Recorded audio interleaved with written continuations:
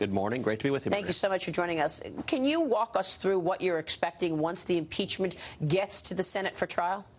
Well, assuming the House votes out articles of impeachment, they will deliver the articles of impeachment to the Senate. The Senate standing rules on impeachment immediately kick in. That means that the Senate then notifies the president and issues a summons to the Chief Justice of the United States. And a trial will commence under the Senate rules. A trial will commence immediately. I think it's very likely that both sides will agree to start the trial in January. If I were to guess a date, I'd guess January 6th, which is the first Monday in January. And we will enter a trial where all 100 senators are jurors. We're sitting in our seats. We will listen to it. Will start with all 100 senators being sworn in with an oath that is prescribed in the Senate rules. We will then hear presentations from the House managers. We'll hear presentations from the White House defense team. Senators are not allowed to speak in open session. So you're not going to see Elizabeth Warren and me going 15 rounds on C-SPAN because the Senate rules don't allow it. We are required to sit in our seats and listen, which for a number of us may put us in the hospital or the graveyard. Well, and this is good. You think this? How long does this take place? You think in January? I think a trial will be anywhere from 2 to about 6 weeks. 6 weeks. The Clinton trial was 6 weeks long. Well, I mean, you make a good point bringing up Elizabeth Warren, because what happens to Elizabeth Warren, Bernie Sanders, Amy Klobuchar, Cory Booker? Don't they have to get to the Iowa caucuses, which is in January? Assuming this, I think the odds are very high we will spend the entire month of January here in session, 6 days a week, by the way, every day but Sunday we're in session. This is uncharted territory. Those Democratic presidentials, they can't be in Iowa, they can't be in New Hampshire.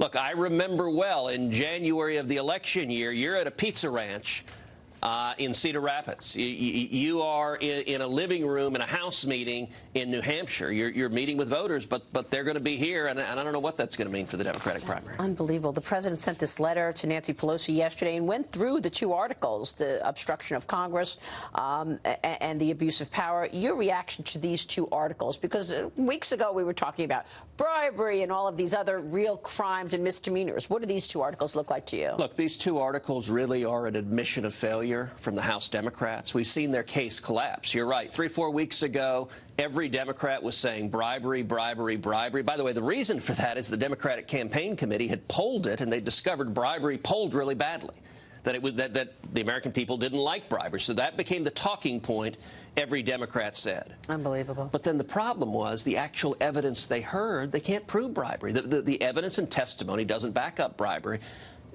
Where the House Democrats are now, their position is they can impeach without the president having committed any crime or without the president having broken any law whatsoever. Their position is he doesn't even have to have a speeding ticket. They can impeach for what are essentially policy and political differences with the president. That's an abuse of our constitutional process. Impeachment the Constitution sets out the standards for impeachment, that is treason, bribery, or other high crimes and misdemeanors. And what they've alleged here on its face doesn't meet that. Yeah. But this is a political gesture of anger. Their base hates Donald Trump, and they're voting to impeach him because they hate him. That really is telling the voters that Washington politicians think they know better than the people who cast their ballots. It's incredibly, I mean, it's historic. We just had Eugene Scalia in your seat, and he's talking to us about how incredible an impeachment should be the 3rd time ever, and yet it seems like it's like just a political thing. I mean, now Senator McConnell is ripping Senator Schumer impeachment demands, saying we will not pursue a fishing expedition. Do you think that there should be witnesses in a Senate trial? Well, I think the 2 sides are situated differently. In terms of the prosecution, the House Democrats, they have had several months of hearings. They've called their witnesses, and they didn't follow their own House precedents. In other words, it was a one-sided hearing. The White House got 0 chance to cross-examine witnesses. The Republicans were not able to call any witnesses because Adam Schiff and Jerry Nadler denied them the ability to call witnesses. And so they built their evidentiary record, an entirely one-sided evidentiary record. So now Chuck Schumer is coming to the Senate and saying, here are the witnesses we want to call. Well, if they want to call those witnesses, you know what? They can call all 4 of them. They need to postpone the vote today in the House and issue subpoenas from the House. The House has the ability to call those witnesses. Now, the Democrats didn't do that, and that meant they never went to court to enforce subpoenas. There's a way you do this. Remember the Nixon case? The Nixon case where the House wanted to get the tapes in the White House, that Nixon had audio tapes in the Oval Office. Right. They litigated that in the district court. It went all the way to the U.S. Supreme Court. The U.S. Supreme Court ordered the Nixon White House to hand over the tapes, and I think it was 2 days later Nixon resigned as a result of that. That's how you actually do this. So if the Democrats want their witnesses, they need to reopen the record in the House and litigate and adjudicate the privileges. On the other hand, the other side hasn't had a chance to call a single witness. The White House has not presented its defense. And so I think if the president's defense team, if the president wants to call witnesses, if the president wants to call Hunter Biden, if the president wants to call the whistleblower, both of whom should have been called in the House, the president should have the opportunity to do that, and that means the Senate should allow the president to call the core witnesses necessary for his defense. Are you expecting any Republicans to vote yes on impeachment? You know, I'm not. I think the evidence is so weak. Everything the House Democrats promised fell through. They didn't. Remember quid pro quo? Everyone was talking about quid pro quo. They didn't allege a quid pro quo. The impeachment, they're not impeaching on that. Yeah.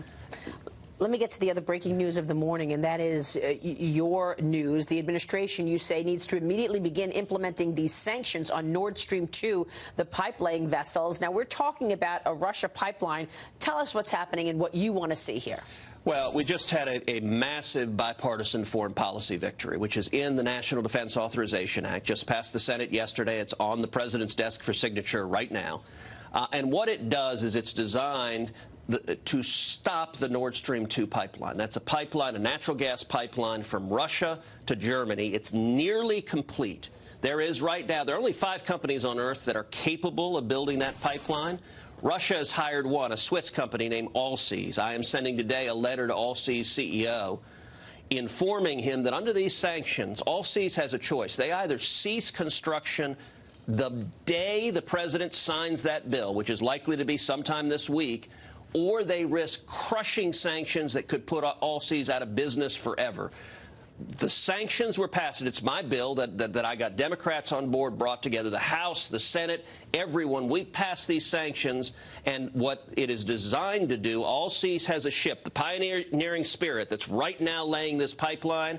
Allseas needs to instruct the ship's captain to set sail for other waters, because if they don't, they'll put the company out of business. Tell me why. I mean, this multi-billion-dollar National Defense Authorization Act yesterday was important, and people felt that the bill includes sanctions on companies, as you say, Allseas, that are working on this Nord Stream 2 pipeline. I don't think people understand why this is so serious that you want these sanctions in place. Well, this pipeline, if it's completed, what it would do, it would generate billions of dollars for Putin, and Putin would use that to continue Russia's military aggressiveness.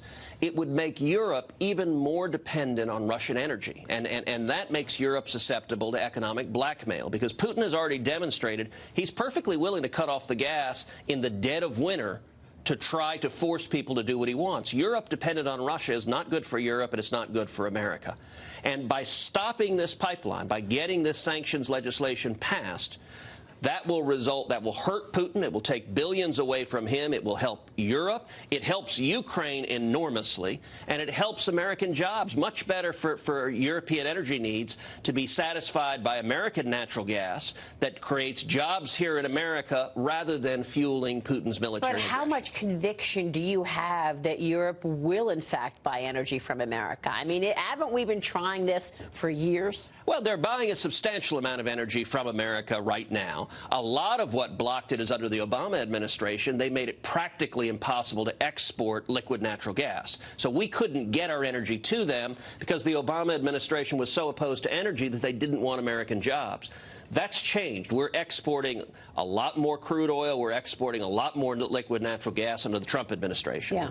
But it is. Do you need the Europeans on board with this sanction plan? So the Europeans, they don't have to impose the sanction. No, I know they can't. But I'm just saying, in terms of being, in unity with you against Putin and against this pipeline. So Europe is strongly united against this pipeline, and in fact, the European Parliament voted to condemn the Nord Stream 2 pipeline, and the vote vote was something like 402 to 130. It was about that. That may not be exactly. It was an overwhelming vote against it because completing this pipeline is bad for Europe.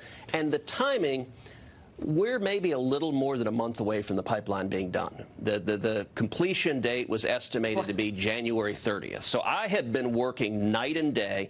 I had to get together. I had to get Republicans and Democrats together. I had to get the Senate Foreign Relations Committee, on which I serve, unite Republicans and Democrats, had to get the Armed Services Committee, had to get the Banking Committee, had to get leadership, and then had to do the same thing in the House and get everyone together to get this in the bill.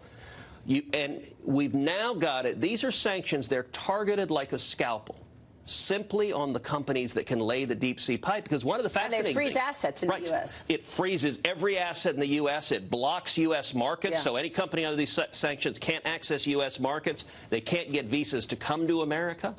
And listen, the contract that Allseas has with Russia...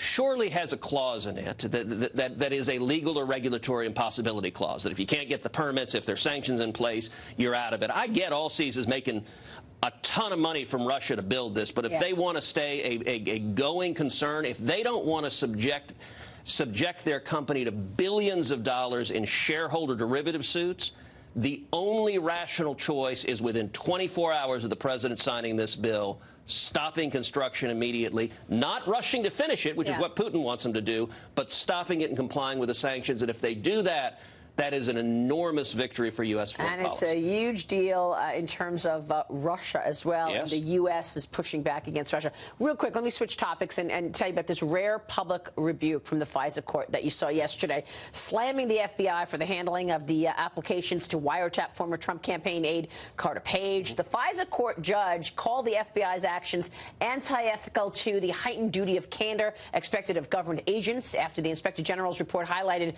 all of the errors and omissions made in the applications for surveillance of Carter Page. Inspector General Michael Harwitz set to testify in front of the Senate again today. Tell me what you want to ask him and what he should be asked, rather, and what you see in terms of accountability. Well, the Inspector General report is nothing short of stunning.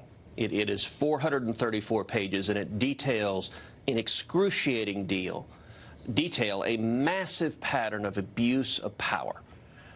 In particular, it details 17 specific misstatements, material misstatements that DOJ and FBI made to the FISA court, the most stunning of which is an FBI lawyer doctored an email, doctored evidence, and submitted fraudulent evidence to the court. Somebody's going to jail over that. Somebody's going to jail. I think that is, if you or I tried it in any other court, you or I would go to jail. And that was a senior lawyer at the FBI doctoring evidence from the CIA. Senator, thank you. Good to see you. Always a pleasure.